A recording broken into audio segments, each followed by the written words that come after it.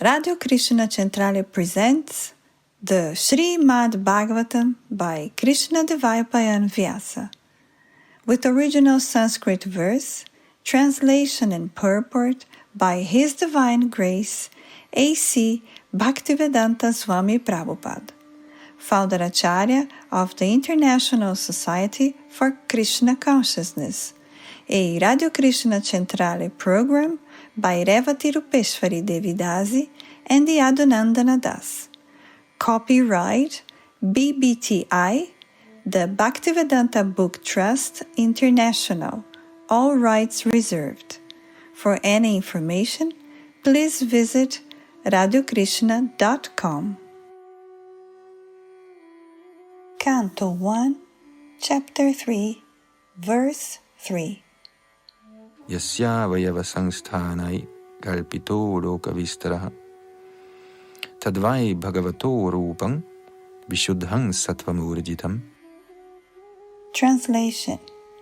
It is believed that all the universal planetary systems are situated on the extensive body of the Purusha, but he has nothing to do with the created material ingredients. His body is eternally in spiritual existence par excellence. Purport. The conception of the Virat Rupa or Vishvarupa of the Supreme Absolute Truth is especially meant for the neophyte who can hardly think of the transcendental form of the personality of Godhead. To him, a form means something of this material world, and therefore an opposite conception of the Absolute is necessary in the beginning to concentrate the mind on the power extension of the Lord. As stated above, the Lord extends His potency in the form of the Mahatattva, which includes all material ingredients. The extension of power by the Lord and the Lord Himself personally are one in one sense, but at the same time the Mahatattva is different from the Lord. Therefore, the potency of the Lord and the Lord are simultaneously different and non-different. The conception of the Virat Rupa, especially for the impersonalists, is thus non-different from the eternal form of the Lord. This eternal form of the Lord exists prior to the creation of the Mahatattva, and it is stressed here that the eternal form of the Lord is par excellence spiritual or transcendental to the modes of material nature. The very same transcendental form of the Lord is manifested by His internal potency, and the formation of His multifarious manifestations of incarnations is always of the same transcendental quality, without any touch of the Mahatattva. Canto 1, Chapter 3, Verse 4. Pashyantyado rupam madabra chakshusha sahasrapaduru pujananadbhutam sahasramurdha shravanakshinaasikang sahasramaulyam barakundalo lasat. Translation. The devotees with their perfect eyes see the transcendental form of the Purusha who has thousands of legs, thighs, arms and faces, all extraordinary.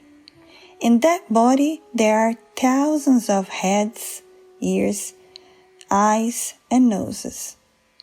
They are decorated with thousands of helmets and glowing earrings and are adorned with garlands. Purport. With our present materialized senses, we cannot perceive anything of the Transcendental Lord. Our present senses are to be rectified by the process of devotional service, and then the Lord Himself becomes revealed to us. In the Bhagavad Gita, it is confirmed that the Transcendental Lord can be perceived only by pure devotional service. It is confirmed in the Vedas that only devotional service can lead one to the side of the Lord, and that only devotional service can reveal Him. In the Brahma Samhita, also it is said that the Lord is always visible to the devotees whose eyes have been anointed with the tinge of devotional service. So we have to take information of the transcendental form of the Lord from persons who have actually seen Him with the perfect eyes smeared with devotional service. In the material world, also, we do not always see things with our own eyes. We sometimes see through the experience of those who have actually seen or done things. If that is the process for experiencing a mundane object, it is more perfectly applicable in matters transcendental. So only with patience and perseverance can we realize the transcendental subject matter regarding the Absolute Truth and His different forms. He is formless to the neophytes, but He is in transcendental form to the expert servitor. Canto 1, Chapter 3, Verse 5. Etan nanavataranam nidhanam bijam abhyayam yasyang shang sena shrijanti divatiryang naradaya. Translation. This form, the second manifestation of the Purusha, is the source and indestructible seed of multifarious incarnations within the universe. From the particles and portions of this form, different living entities like demigods, men, and others are created. Purport. The Purusha, after creating innumerable universes in the Mahatattva, entered in each of them as the second Purusha, Garbhodakshayi Vishnu. When he saw that within the universe there was only darkness and space, without a resting place, he filled half of the universe with water from his own perspiration and laid himself down on the same water. This water is called Garbhodaka. Then, from his navel, the stem of the lotus flower sprouted, and on the flower petals the birth of Brahma, or the master engineer of the universal plan, took place. Brahma became the engineer of the universe, and the Lord Himself took charge of the maintenance of the universe as Vishnu. Brahma was generated from Rajoguna of Prakriti, or the mode of passion in nature, and Vishnu became the Lord of the mode of goodness.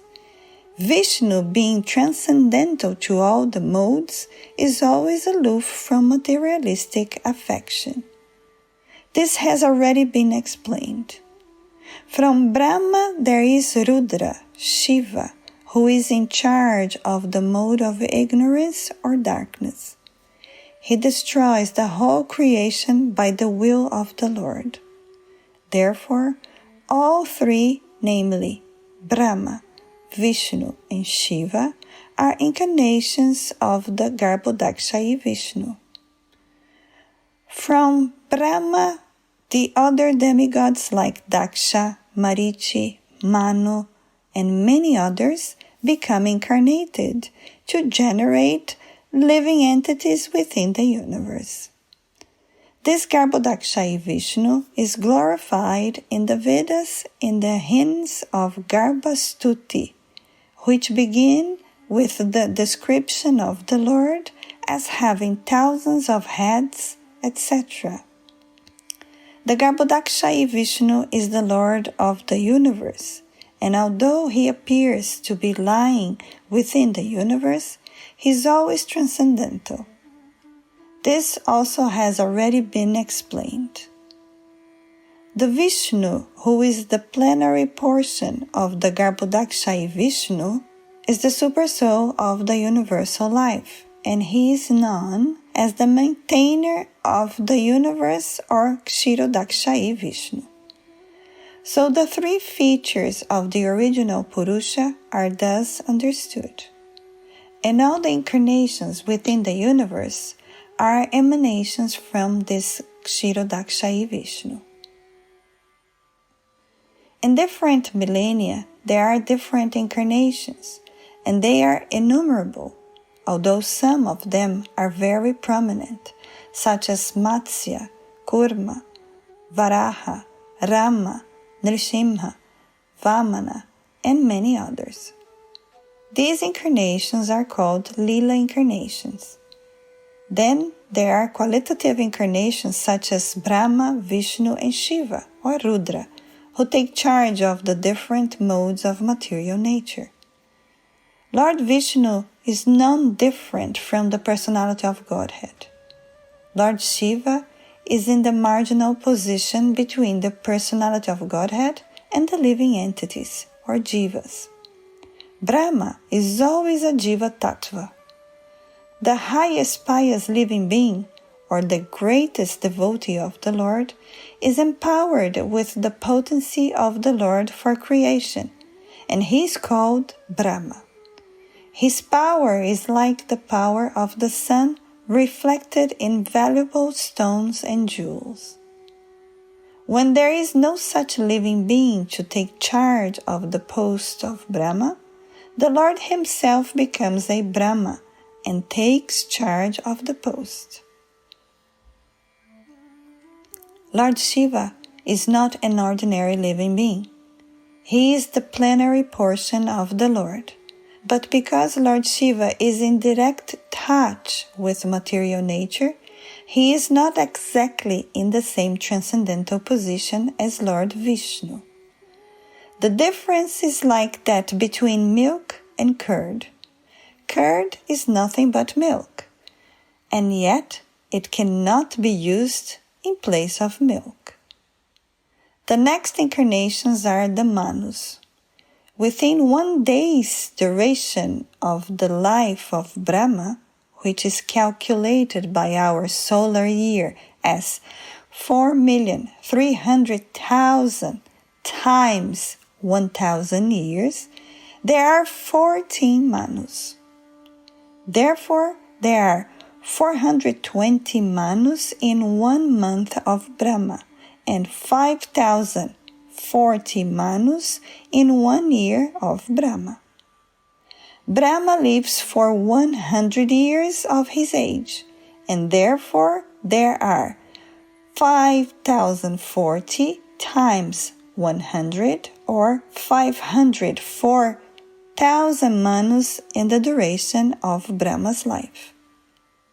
There are innumerable universes with one Brahma in each of them, and all of them are created and annihilated during the breathing time of the Purusha. Therefore, one can simply imagine how many millions of Manus there are during one breath of the Purusha. The Manus who are prominent within this universe are as follows. Yagya es Svayambhuva Manu, Vibhu es Svaruchiza Manu, Satyasena es Uttama Manu, Hari es Tamasa Manu, Vaikunta es Raivata Manu, Ajita es Chakshusha Manu, Vamana es Vaishvanata Manu. The present age is under the Vaishvanata Manu. Sarvabhauma es Savarni Manu, Rishabha es Dakshashavarni Manu, Vishvaksena es Brahma Savarni Manu, Dharmasetu es Dharma Savarni Manu, Sudhama es Rudra Savarni Manu, Yogeshwara es Deva Savarni Manu, and Bradbanu es Indra Savarni Manu. These are the names of one set of 14 Manus covering 4,300,000,000 solar years as described above. Then there are the Yugavataras, or the incarnations of the millennia. The Yugas are known as Satya Yuga, Treta Yuga, Dvapara Yuga, and Kali Yuga. The incarnations of each Yuga are of different color. The colors are white, red, black, and yellow. In the Dvapara Yuga, Lord Krishna is black color appeared, and in the Kali Yuga, Lord Chaitanya in yellow color appeared. So all the incarnations of the Lord are mentioned in the revealed scriptures. There is no scope for an impostor to become an incarnation, for an incarnation must be mentioned in the Shastras. An incarnation does not declare himself to be an incarnation of the Lord, but great sages agree by the symptoms mentioned in the revealed scriptures. The features of the incarnation and the particular type of mission which he has to execute are mentioned in the revealed scriptures. Apart from the direct incarnations, there are innumerable empowered incarnations. They are also mentioned in the revealed scriptures. Such incarnations are directly as well as indirectly empowered. When they are directly empowered, they are called incarnations, but when they are indirectly empowered, they are called vibhutis. Directly empowered incarnations are the Kumaras, Narada, Prithu, Shesha, Ananta, etc. As far as vibhutis are concerned, they are very explicitly described in the Bhagavad Gita in the Vibhuti Yoga chapter. And for all these different types of incarnations, the fountainhead is the Garbhodakshayi Vishnu. Canto 1, Chapter 3, Verse 6. Saiva pratamang deva kaumarang sargama shritaha chachara duscharang brahma brahmacharyam akhanditam. Translation. First of all, in the beginning of creation, there were the 4 unmarried sons of Brahma, the Kumaras, who, being situated in a vow of celibacy, underwent severe austerities for realization of the Absolute Truth. Purport.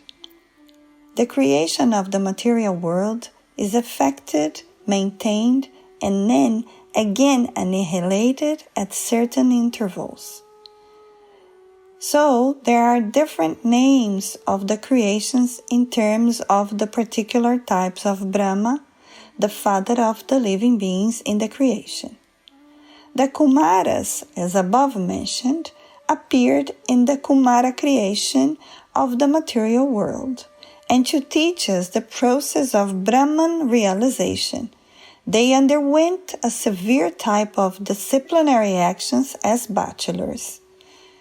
These Kumaras are empowered incarnations, and before executing the severe type of disciplinary actions, all of them became qualified Brahmanas. This example suggests that one must first acquire the qualifications of a Brahmana, not simply by birth, but also by quality. And then one can undergo the process of Brahman realization. Canto 1, Chapter 3, Verse 7. Dvitiyang tu bhavayasya rasatalagatāng mahim udharishyan upadatta yagnyesha saukarang vapu. Translation. the supreme enjoyer of all sacrifices accepted the incarnation of a boar, the second incarnation, and for the welfare of the earth, he lifted the earth from the nether regions of the universe. Purport. The indication is that for each and every incarnation of the personality of Godhead, the particular function executed is also mentioned. There cannot be any incarnation without a particular function, and such functions are always extraordinary. They are impossible for any living being to perform. The incarnation of the boar was to take the earth out of Pluto's regions of the filthy matter. Picking up something from a filthy place is done by a boar, and the all-powerful personality of Godhead displayed this wonder to the Asuras, who had hidden the earth in such a filthy place. There is nothing impossible for the personality of Godhead, and although he played the part of a boar, by the devotees he is worshipped, staying always in transcendence. Canto 1, Chapter 3, Verse 8. Tritiyam rishi sargangai divarshitvam upetyasaha tantrang satutama chashta naishkarmyang karmanang yataha. Translation. In the millennium of the rishis, the personality of Godhead accepted the third empowered incarnation in the form of Devarshi Narada, who is a great sage among the demigods. He collected expositions of the Vedas which deal with devotional service and which inspire non-fruitive action. Purport. The great Rishi Narada, who is an empowered incarnation of the personality of Godhead, propagates devotional service all over the universe. All great devotees of the Lord all over the universe and in different planets and species of life are his disciples. Srila Vyasadeva, the compiler of the Srimad Bhagavatam, is also one of his disciples. Narada is the author of Narada Pancharatra, which is the exposition of the Vedas particularly for the devotional service of the Lord. This Narada Pancharatra trains the karmis, or the fruitive workers, to achieve liberation from the bondage of fruitive work. The conditioned souls are mostly attracted by fruitive work because they want to enjoy life by the sweat of their own brows.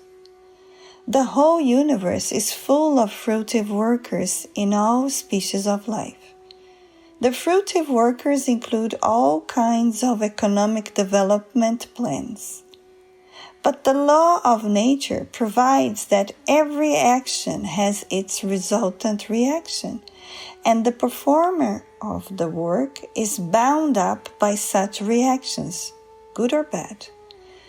The reaction of good work is comparative material prosperity, whereas the reaction of bad work is comparative material distress. But material conditions, either in so-called happiness or in so-called distress, are all meant ultimately for distress only. Foolish materialists have no information of how to obtain eternal happiness in the unconditional state. Sri Narada informs these foolish fruitive workers how to realize the reality of happiness. He gives direction to the diseased men of the world how one's present engagement can lead one to the path of spiritual emancipation. The physician directs the patient to take treated milk in the form of curd for this suffering form of indigestion due to his taking another milk preparation. So the cause of the disease and the remedy of the disease may be the same, but it must be treated by an expert physician like Narada. The Bhagavad Gita also gives the same solution of serving the Lord by the fruits of one's labor. That will lead one to the path of Naishkarmya, or liberation. Canto 1, Chapter 3, Verse 9. Turiya dharma kara sargi naranarayana vrashi bhutvamo pashamo metang akarod dushcharang tapaha. Translation. In the fourth incarnation, the Lord became Nara and Narayana, the twin sons of the wife of King Dharma. Thus, he undertook severe and exemplary penances to control the senses. Purport.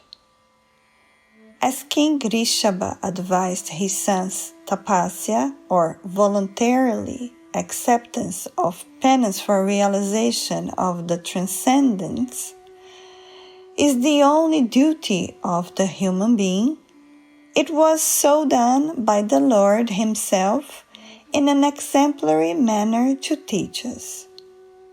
The Lord is very kind to the forgetful souls.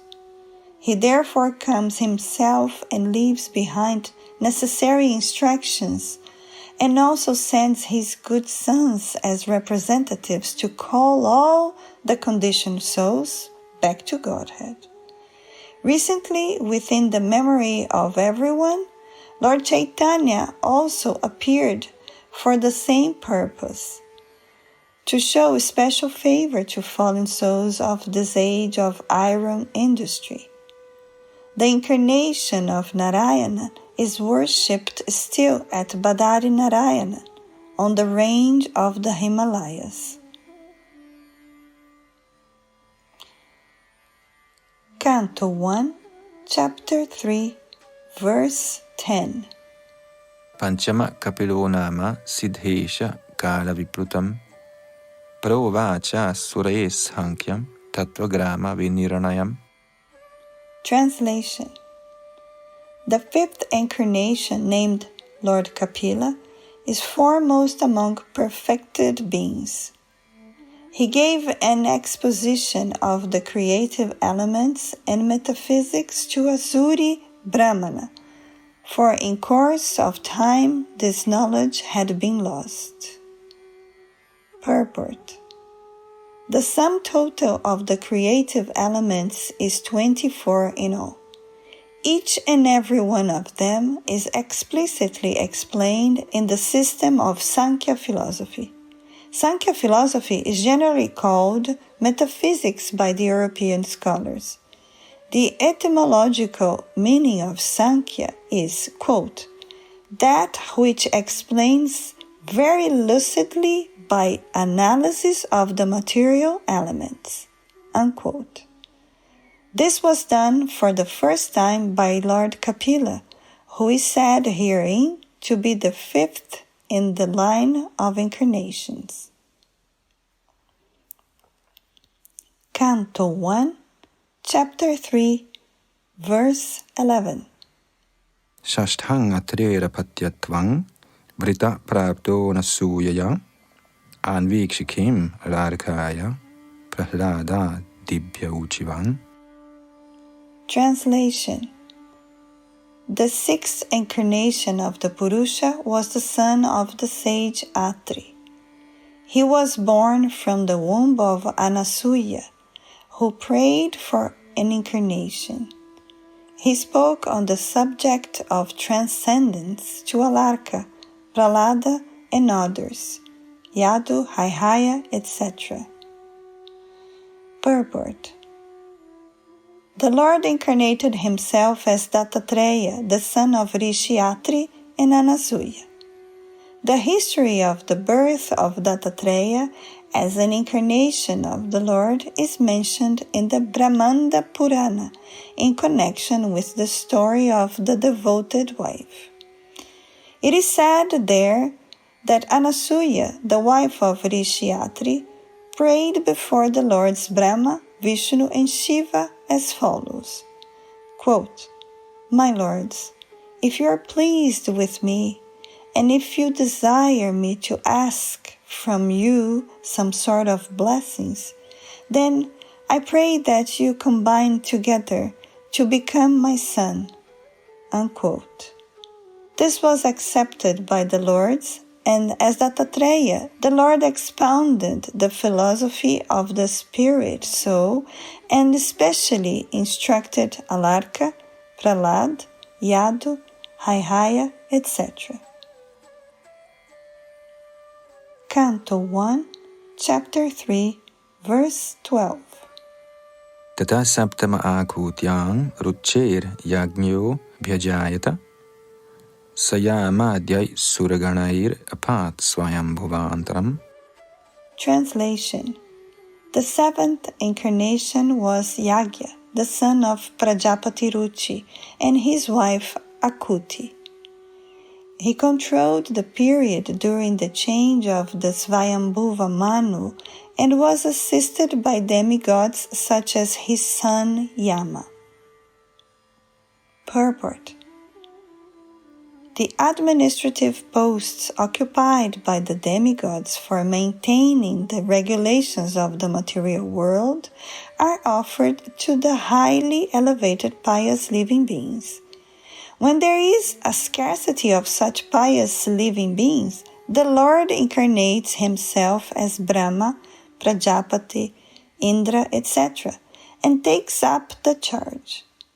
During the period of Svayambhuva Manu, the present period is of Vaivashvata Manu, there was no suitable living being who could occupy the post of Indra, the king of the Indraloka planet, or heaven. The Lord himself at that time became Indra. Assisted by his own sons like Yama and other demigods, Lord Yagya ruled the administration of the universal affairs.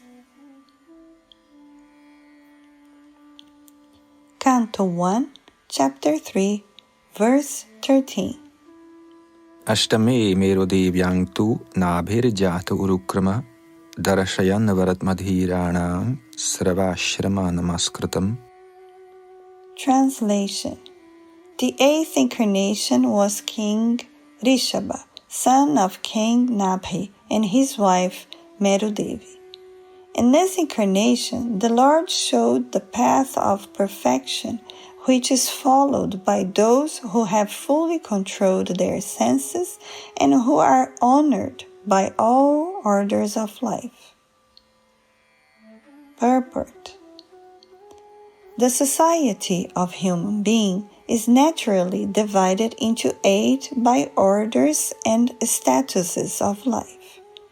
The 4 divisions of occupation and 4 divisions of cultural advancement. The intelligent class, the administrative class, the productive class, and the laborer class are the 4 divisions of occupation. And the student life, the householder's life, retired life, and renounced life are the 4 statuses of cultural advancement towards the path of spiritual realization. Out of these, the renounced order of life, or the order of sannyasa, is considered the highest of all, and a sannyasi is constitutionally the spiritual master of all the orders and divisions.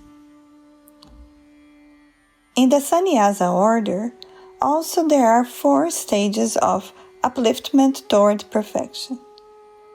These stages are called Kutichaka, Bahudaka, Parivrajakacarya, and Paramahamsa. The Paramahamsa stage of life is the highest stage of perfection. This order of life is respected by all others. Maharaj Rishabha, the son of King Nabi and Merudevi, was an incarnation of the Lord, and he instructed his sons to follow the path of perfection by tapasya, which sanctifies one's existence and enables one to attain the stage of spiritual happiness, which is eternal and ever-increasing. Every living being is searching after happiness, but no one knows where eternal and unlimited happiness is obtainable. Foolish men seek after material sense pleasure as a substitute for real happiness, but such foolish men forget that temporary so-called happiness derived from sense pleasures is also enjoyed by the dogs and hogs. No animal, bird, or beast is bereft of this sense pleasure. In every species of life, including the human form of life, such a happiness is immensely obtainable. The human form of life, however, is not meant for such cheap happiness. The human life is meant for attaining eternal and unlimited happiness by spiritual realization. This spiritual realization is obtained by tapasya, or undergoing voluntarily the path of penance and abstinence from material pleasure. Those who have been trained for abstinence in material pleasures are called dhira, or men undisturbed by the senses. Only these dhiras can accept the order of sannyas, and they can gradually rise to the status of the Paramahansa, which is adored by all members of society. King Rishabha propagated this mission, and at the last stage he became completely aloof from the material bodily needs, which is a rare stage not to be imitated by foolish men, but to be worshipped by all. Canto 1, Chapter 3, Verse 14. Rishibhirya chito bheje navamang parthivam vapu dugdhe man oshadhis vipras tenayang sa ushattamaha. Translation. All Brahmanas, in the 9th incarnation, the Lord, prayed for by sages, accepted the body of a king, Prithu, who cultivated the land to yield various produces, and for that reason the earth was beautiful and attractive. Purport.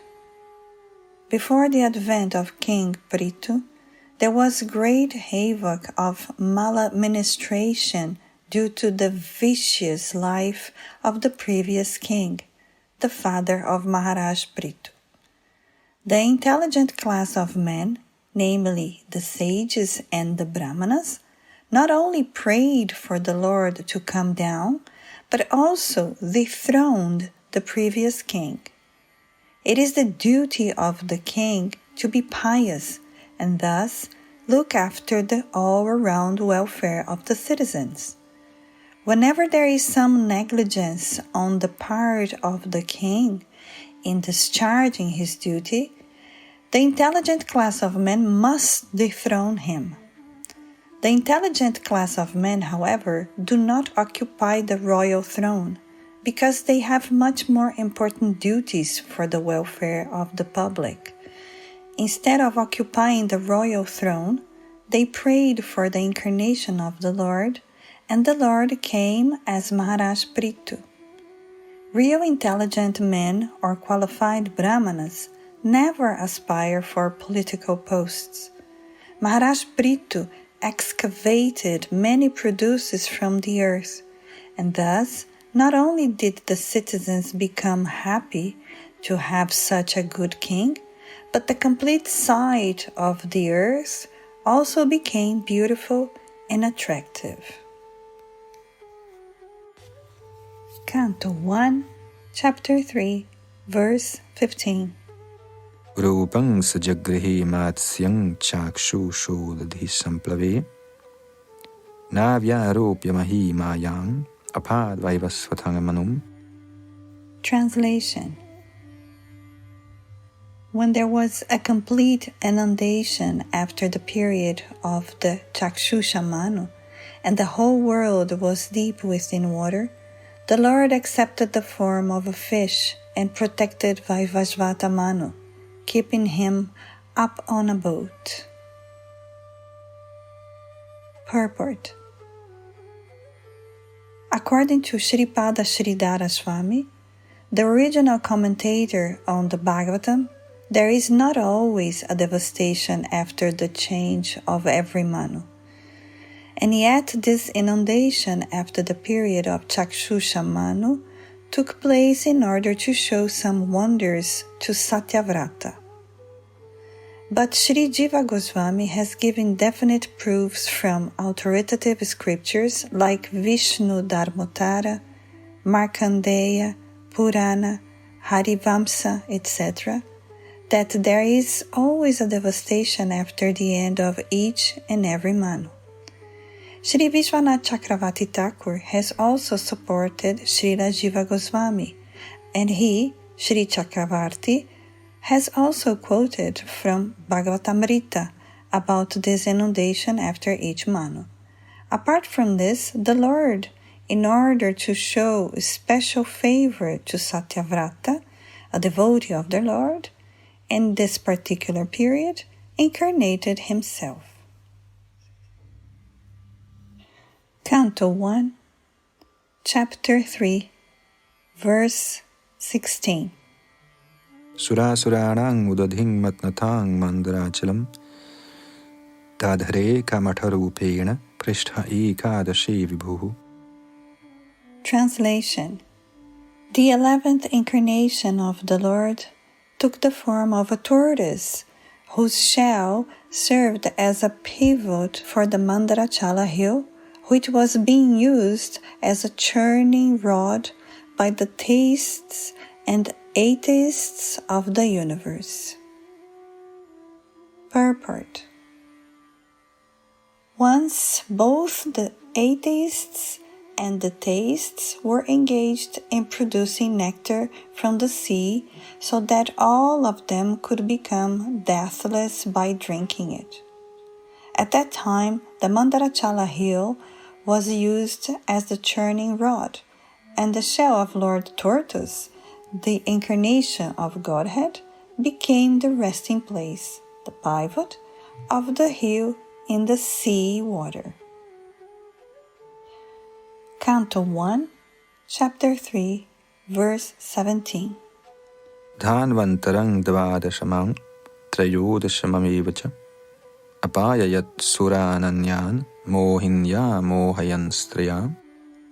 Translation. In the 12th incarnation, the Lord appeared as Dhanvantari, and in the 13th he allured the atheists by the charming beauty of a woman and gave nectar to the demigods to drink. Canto 1, Chapter 3, Verse 18. Chaturdashang narasinghang bibrada daityendramurjitam tadara karajairurab irakang katakridyatha. Translation. In the 14th incarnation, the Lord appeared as Nishinha and bifurcated the strong body of the atheist Hiranyakashipu with his nails, just as a carpenter pierces cane. Canto 1, Chapter 3, Verse 19. Panchadashang vamanakam kritvagad adhvaram balihi padatrayang yachamana pratyadistus triphishtapam. Translation.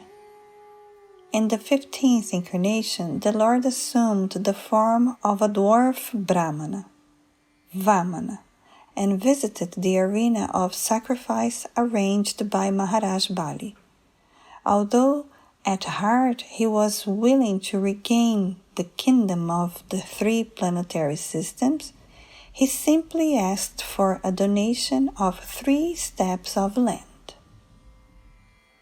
Purport: the Almighty God can bestow upon anyone the kingdom of the universe from a very small beginning, and similarly he can take away the kingdom of the universe on the plea of begging a small piece of land.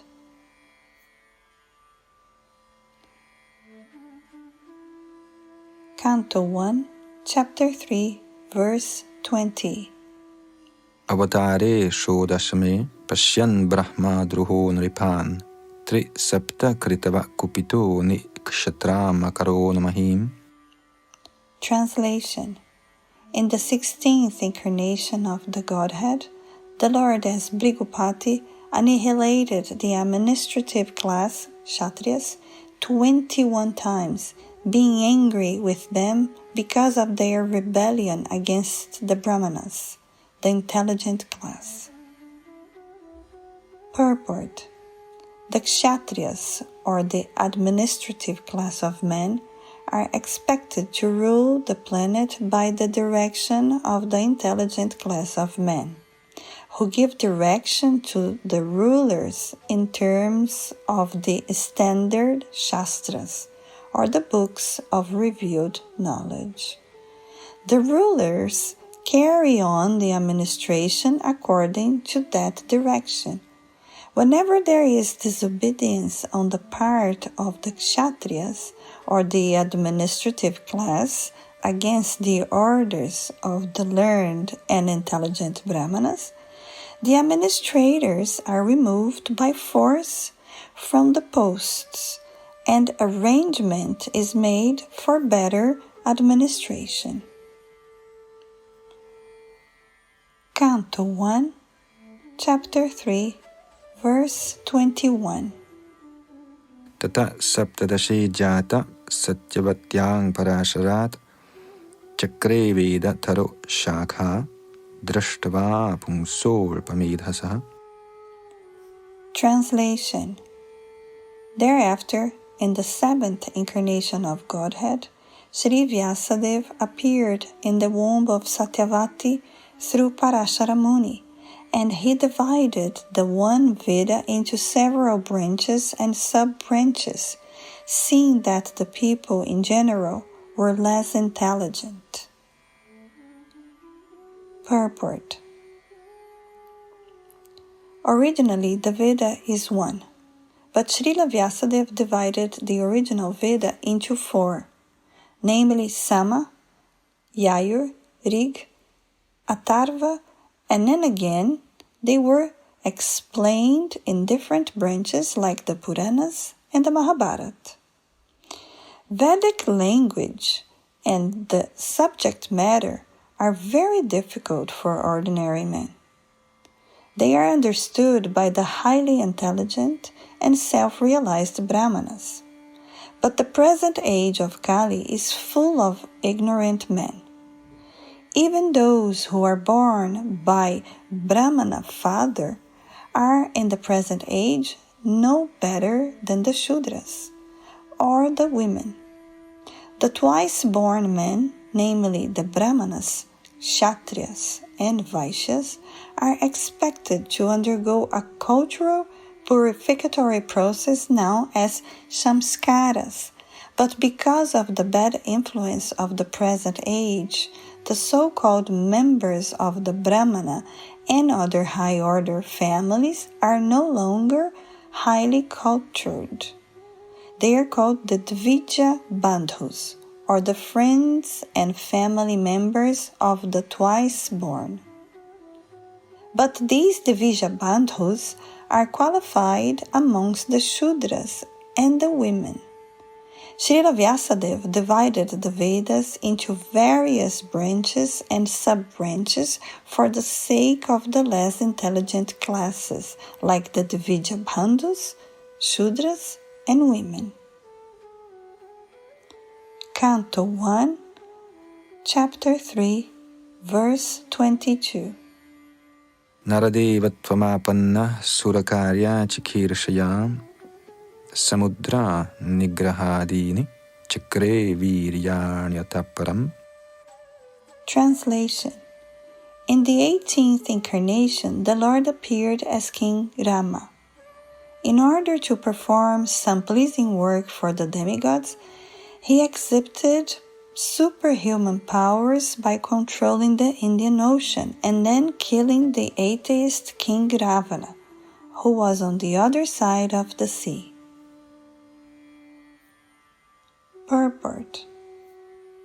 The personality of Godhead, Sri Rama, assumed the form of a human being and appeared on the earth for the purpose of doing some pleasing work for the demigods or the administrative personalities to maintain the order of the universe.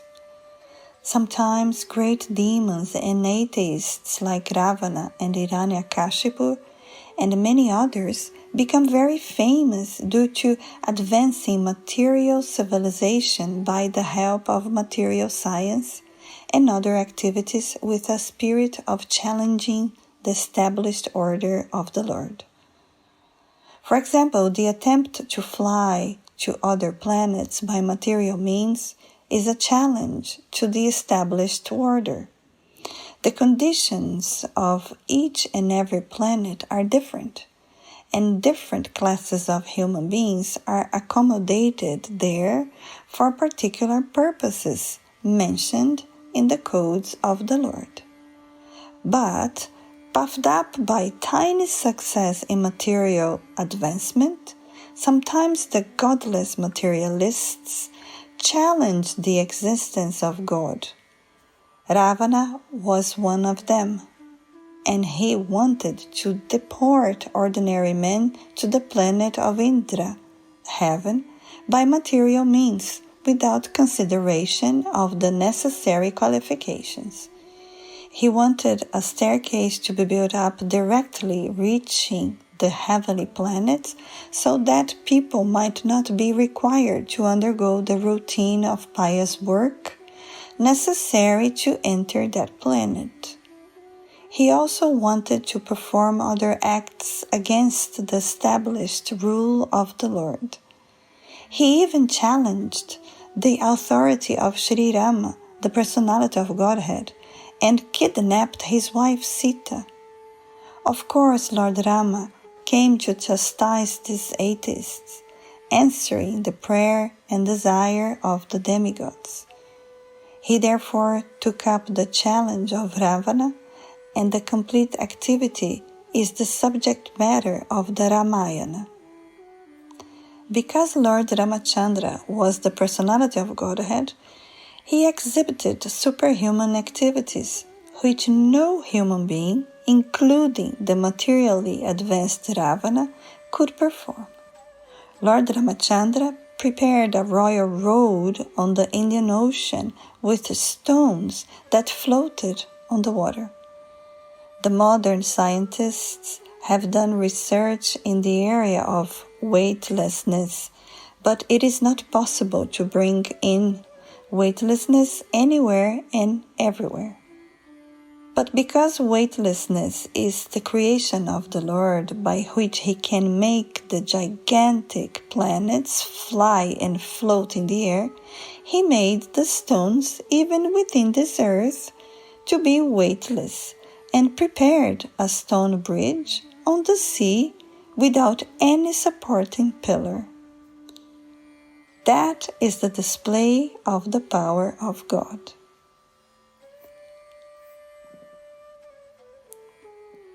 Canto 1, Chapter 3, Verse 23. Eko navingshe vingshatime varishnishu prapya janamani Rama Krishna aviti bhuvo bhagavan aharad bharam. Translation.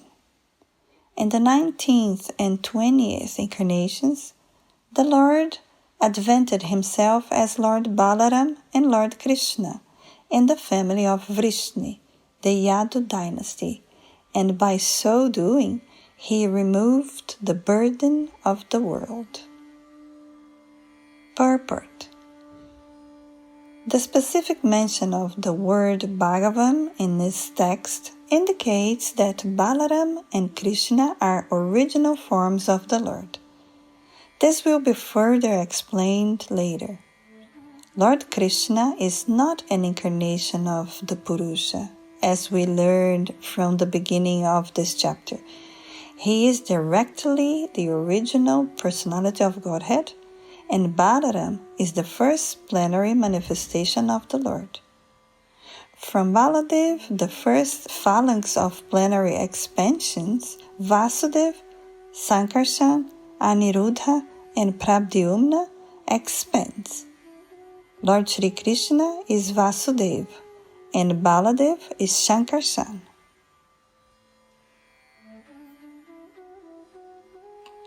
Canto 1, Chapter 3, Verse 24. Tata kalau sampravritte samohaya suradvisham buddho namnanjanasuta kikateshu bhavishyati. Translation. Then, in the beginning of Kali Yuga, the Lord will appear as Lord Buddha, the son of Anjana, in the province of Gaya, just for the purpose of deluding those who are envious of the faithful tastes. Purport. Lord Buddha, a powerful incarnation of the personality of Godhead, appeared in the province of Gaya, in Bihar, as the son of Anjana, and he preached his own conception of non-violence and deprecated even the animal sacrifices sanctioned in the Vedas. At the time when Lord Buddha appeared, the people in general were atheistic and preferred animal flesh to anything else. On the plea of Vedic sacrifice, every place was practically turned into a slaughterhouse, and animal killing was indulged in unrestrictedly. Lord Buddha preached non-violence, taking pity on the poor animals. He preached that he did not believe in the tenets of the Vedas and stressed the adverse psychological effects incurred by animal killing. Less intelligent men of the age of Kali, who had no faith in God, followed his principle, and for the time being, they were trained in moral discipline and nonviolence, the preliminary steps for proceeding further on the path of God realization. He deluded the atheists because such atheists who followed his principles did not believe in God, but they kept their absolute faith in Lord Buddha, who himself was the incarnation of God. Thus, the faithless people were made to believe in God in the form of Lord Buddha. That was the mercy of Lord Buddha. He made the faithless faithful to him. Killing of animals before the advent of Lord Buddha was the most prominent feature of the society. People claimed that these were Vedic sacrifices. When the Vedas are not accepted through the authoritative disciplic succession, the casual readers of the Vedas are misled by the flowery language of that system of knowledge. In the Bhagavad Gita, a comment has been made on such foolish scholars, avipashita. The foolish scholars of Vedic literature who do not care to receive the transcendental message through the transcendental realized sources of disciplic succession are sure to be bewildered. To them, the ritualistic ceremonies are considered to be all in all. They have no depth of knowledge. According to the Bhagavad Gita, chapter 15, verse 15, Vedaischa Savair Aham Eva Vedya. The whole system of the Vedas is to lead one gradually to the path of the Supreme Lord. The whole theme of Vedic literature is to know the Supreme Lord, the individual soul, the cosmic situation, and the relation between all these items. When the relation is known, the relative function begins, and as a result of such a function, the ultimate goal of life, or going back to Godhead, takes place in the easiest manner. Unfortunately, unauthorized scholars of the Vedas become captivated by the purificatory ceremonies only, and natural progress is thereby checked. To such bewildered persons of atheistic propensity, Lord Buddha is the emblem of theism. He therefore first of all wanted to check the habit of animal killing. The animal killers are dangerous elements on the path going back to Godhead. There are two types of animal killers. The soul is also sometimes called the animal, or the living being. Therefore, both the slaughterer of animals and those who have lost their identity of soul are animal killers. Maharaj Parikshit said that only the animal killer cannot relish the transcendental message of the Supreme Lord. Therefore, if people are to be educated to the path of Godhead, they must be taught first and foremost to stop the process of animal killing, as above mentioned.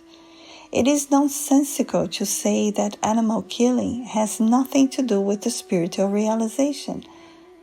By this dangerous theory, many so-called sannyasis have sprung up by the grace of Kali Yuga, who preach animal killing under the garb of the Vedas. The subject matter has already been discussed in the conversation between Lord Chaitanya and Maulana Chand Kazi Sahib. The animal sacrifice, as stated in the Vedas, is different from the unrestricted animal killing in the slaughterhouse. Because the Asuras, or the so-called scholars of Vedic literatures, put forward the evidence of animal killing in the Vedas, Lord Buddha specifically denied the authority of the Vedas. This rejection of the Vedas by Lord Buddha was adopted in order to save people from the vice of animal killing, as well as to save the poor animals from the slaughtering process of their big brothers who clamor for universal brotherhood, peace, justice, and equity. There is no justice when there is animal killing. Lord Buddha wanted to stop it completely, and therefore his code of ahimsa was propagated not only in India but also outside the country. Technically, Lord Buddha's philosophy is called atheistic because there is no acceptance of the Supreme Lord, and because that system of philosophy denied the authority of the Vedas. But that is an act of camouflage by the Lord. Lord Buddha is the incarnation of Godhead. As such, he is the original propounder of Vedic knowledge. He therefore cannot reject Vedic philosophy, but he rejected it outwardly because the Sura Dvisa, or the demons who are always envious of the devotees of Godhead, try to support cow killing or animal killing from the pages of the Vedas, and this is now being done by the modernized sannyasis. Lord Buddha had to reject the authority of the Vedas altogether. This is simply technical. And had it not been so, he would not have been so accepted as the incarnation of Godhead. Nor would he have been worshipped in the transcendental songs of the poet Jayadeva, who is a Vaishnava-Acharya. Lord Buddha preached the preliminary principles of the Vedas in a manner suitable for the time being. And so also did Shankaracharya, to establish the authority of the Vedas. Therefore, both Lord Buddha and Acharya Shankara paved the path of theism, and Vaishnava-acharyas, specifically Lord Sri Chaitanya Mahaprabhu, led the people on the path towards a realization of going back to Godhead. We are glad that people are taking interest in the non-violent movement of Lord Buddha. But will they take the matter very seriously and close the animal slaughterhouses altogether? If not, there is no meaning of the Ahimsa cult. Srimad Bhagavatam was composed just prior to the beginning of the age of Kali, about 5,000 years ago. And Lord Buddha appeared about 2,600 years ago. Therefore, in the Srimad Bhagavatam, Lord Buddha is foretold. Such is the authority of this clear scripture. There are many such prophecies, and they are being fulfilled one after another. They will indicate the positive standing of Srimad Bhagavatam, which is without trace of mistake, illusion, cheating, and imperfection, which are the four flaws of all conditioned souls. The liberate souls are above these flaws. Therefore, they can see and foretell things which are to take place on distant future dates. You have listened to the Srimad Bhagavatam by Krishna Dvaipayana Vyasa, with original Sanskrit verse, translation and purport by His Divine Grace, A.C. Bhaktivedanta Swami Prabhupada, Founder-Acarya of the International Society for Krishna Consciousness, a Radio Krishna Centrale program by Revati Rupeswari Devi Dasi and the Yadunandana Das. Copyright BBTI, the Bhaktivedanta Book Trust International, all rights reserved. For any information, please visit radiokrishna.com.